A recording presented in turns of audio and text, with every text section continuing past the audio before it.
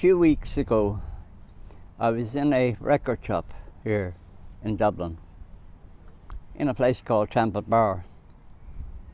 Now, I go into this record shop maybe once a week, once every 2 weeks, but I'd never really spoken to the people in it. You know, I'm usually in a world of my own. I'm a serious record collector, and I go in and I just root among the records. But they would know me to see me, that sort of thing, and I would nod at them, say it's a nice day, that sort of thing, but never really spoken to them. Anyhow, I was in there 2 or 3 weeks ago, and I was wearing my cap as usual with its badges. And one of the guys in the shop, now they're, as I say, it's a record shop, and they sell, I think it's ink for posters, something like that, or spray, you know, that stuff. Don't really know much about it. It's sort of a shop that attracts young people, or, well, it's not a shop for old people, put it that way. It's not a shop full of old conservatives. But I was in there anyhow, and the guy, he was looking at me, and he looked at this badge here, and he asked me what it is, what it was, and I told him it's the For Britain Party, and that they were a anti-woke party in Britain. And then he mentioned about, he said something about transgender people. He said, you know, we get a lot of young transgender people in here. And he said, and I'm going from memory here, and he said something like, well, it's all mad or something like that. Something is dismissive. Then one of the guys, there's a couple of guys in the shop, one of the guys asked about the Donald Trump badge. He said, why do you wear the Donald Trump badge? And I said, well, I wear it because it pisses off all the right people. And he smiled, and he said, well, that's a good reason. So it was obvious after a few minutes that the people in the shop were not woke. And to be honest, I would have assumed the opposite, because I'd say it's the sort of shop where the young people, trendy I suppose you could say, but it was obvious these people weren't on board with the woke agenda.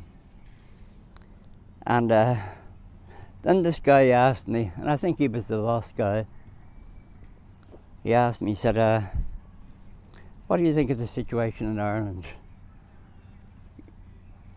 And I said, well, to be honest, I think Ireland is finished. I think Ireland is finished. I think our civilization is finished. You know, I said that, you know, I figured it was too late to turn the clock back or something, to put the genie back in the bottle.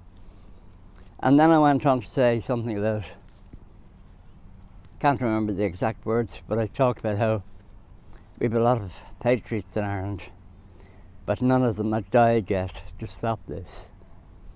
None have sacrificed their homes, their families to stop any of this. And I said that none of them were going to. And we were talking for a while, and I said how it was this war against Ireland, against the West generally, but against Ireland in particular, let's say.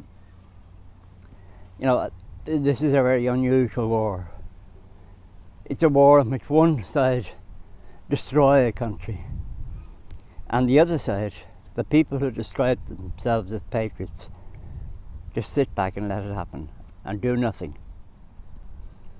And he raised the point in response to this. He raised the point which was very obvious, very simple, but I'd never really thought of it before.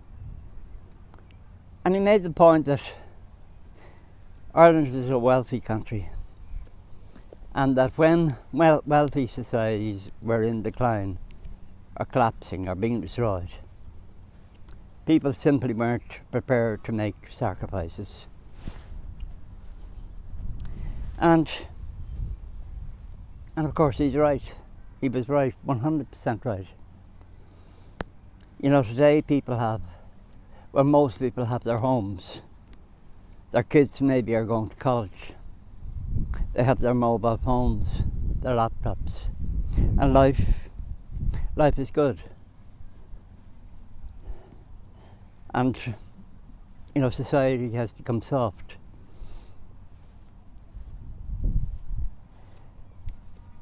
But, yeah, I was thinking about this over the last couple of weeks, and do I believe that any, you know, these patriots, these people who describe themselves as patriots, you know, are any of these people going to risk their lives? No.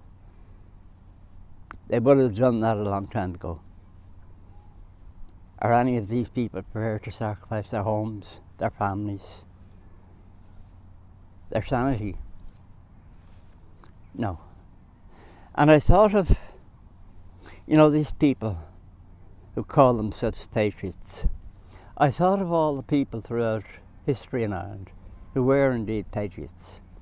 Famous people, famous leaders, but even more so the anonymous people, the ordinary poor people who had nothing, and yet who fought back against the British at that time and who sacrificed everything they had. Their homes, you know, they became homeless. If they weren't killed, they became homeless. Their children became homeless. In some cases, their children may well have starved. But they made that sacrifice rather than live as unfree people. You know, these patriots, these Irish men, there are no men in Ireland. Well, there are some. You'll find them if you go up to your local mosque. There are men up there who will die for what they believe in. But outside of the mosque, you won't find any men in Ireland. And these self-professed traitors, I often think that if I could go back, if it were possible, and tell people, the people who've lived over the 800 years of British rule in Ireland, if you could go back and tell them what's happening to Ireland now, and then you were to tell them, if you're saying, now here's the really shocking bit, nobody has died fighting it. Not a bullet has been fired. Nobody has lost their home. Nobody has lost their family. Nobody's gone hungry for it. If you were to tell them there are people in Ireland today who call themselves patriots and they've done nothing, well, they would wonder, what sort of people are these? They would certainly understand that these people who call themselves patriots are the greatest traitors that Ireland has ever produced. You know, none of these traitors is going to give their life, their liberty, their home, their family for Ireland. You can forget about that. That's not going to happen.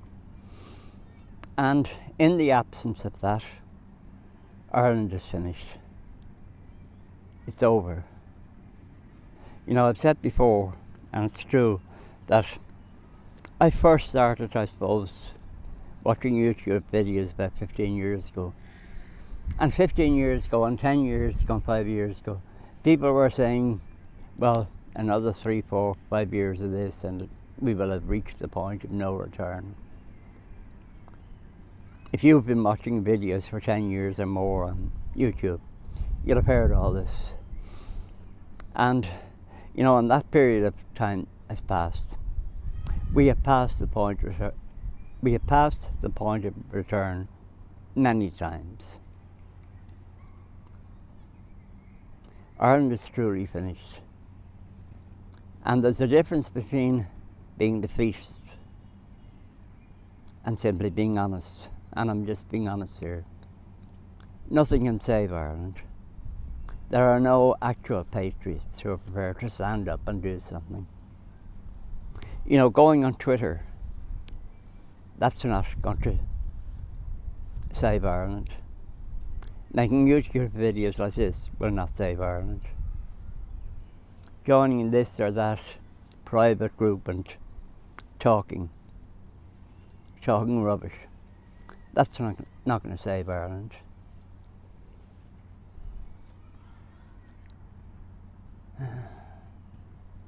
It's a terrible thing to have to say, but it's true.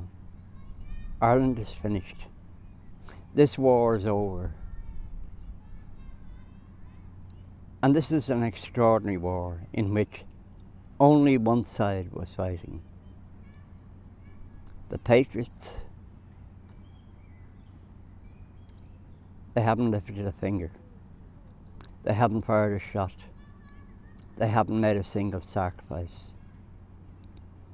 Their only interest seems to be in recording this and amusing themselves on Twitter or on YouTube. You know, I've said it many, many times before, but these people make YouTube videos, and I include internationally the people who do, the well-known people, the trigonometries, etc., etc. All of these people, they're in the entertainment business. You know, I watch lots of YouTube channels. I say trigonometry, and so what you're saying is, you know, that platform, and there's a whole host of them. You know them yourself. Good quality. You know, good quality if you like, intelligent videos. But all of these people, ultimately they're engaged in entertainment. If you watch these videos, not a single one of the people, these videos, well, actually, they won't even talk about doing something. They studiously avoid saying anything that might get them into trouble. They simply record what's happening, and they do it in an entertaining manner. And I watch these videos. I've been watching these videos for years. I was watching them last night for 3 or 4 hours. Really good quality, if you like intelligent videos. But all they were telling me is what I already knew, and what you already know. And I was watching them because I was entertained. Were they telling us what we should do now? No. Were they saying anything that might get them into trouble? Oh no.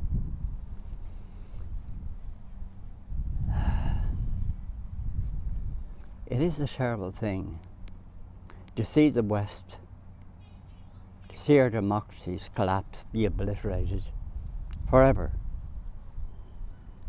And it's particularly obscene given it's happening in this particular generation. You know, I was born into a society which was democratic and free, and I didn't have to fight for it. I didn't have to make a sacrifice for it. And all my life, since the time of my late teens, you know, I used to wonder in my late teens, I would look around the society I was living in, the society that I was living in, a peaceful society, moderately wealthy compared with most societies that had existed. And I would think, you know, I was given this as a birthright. I didn't have to fight for it. I didn't have to suffer for it. Other generations did that, and I was benefiting. And into my 20s and my 30s and my 40s, as time passed, I would find myself over and over again thinking, you know, this can't go on forever.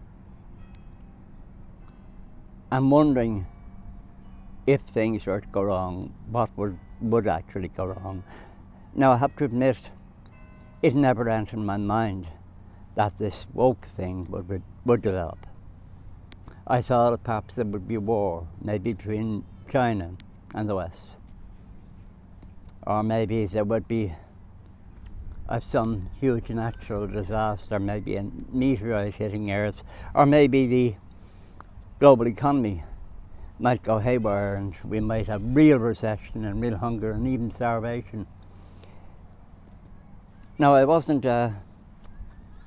particularly depressed or anything like that. I was living my life and for the most part enjoying it. But every so often, and this is since my late teens, every so often I would sort of find myself reflecting on the fact that another year, another decade passed and I was still living with this freedom, this democracy, this wealth, for which I personally never had to pay. I never had to earn it. So it is particularly tragic and obscene that a generation who never had to fight for their freedom, who were given it as a gift by previous generations of people who gave their lives, their families, their homes, their everything, so that we could have a democratic society like this. And the patriots of the day, the people who call themselves patriots, they're sitting back and letting all that be destroyed. There are no patriots in Ireland today. The people who call themselves patriots, they're the greatest traitors that Ireland has ever produced. And if you could go back in time, if you could go back 100, 200, 400 years and talk to Irish people and tell them what is happening, and then you were to tell them, oh, by the way, nobody has fired a single shot to stop this. Nobody has made a single sacrifice. Well, they perhaps wouldn't believe it. Could such a thing happen? Could the Irish people have descended so low? Had they become such cowards and traitors that they'd sit back and let this happen?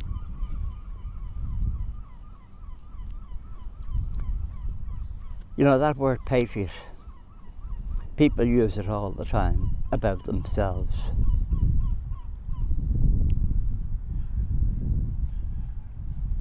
And if you're one of those people, let me tell you, you're not a patriot. You're the greatest coward that ever lived. A traitor and a coward. And I hope you rot in hell. And if there is some eternal being up there controlling our universe and our destiny, and if there is a hell, you will rot in it. You are traitors, all of you. You are cowards. And forget all this crap about men. There are no men in Ireland. Well, if you go to your local mosque, you'll find men. You'll find men who are prepared to die for what they believe in. Apart from that, there are no men in Ireland. There are cowards and traitors.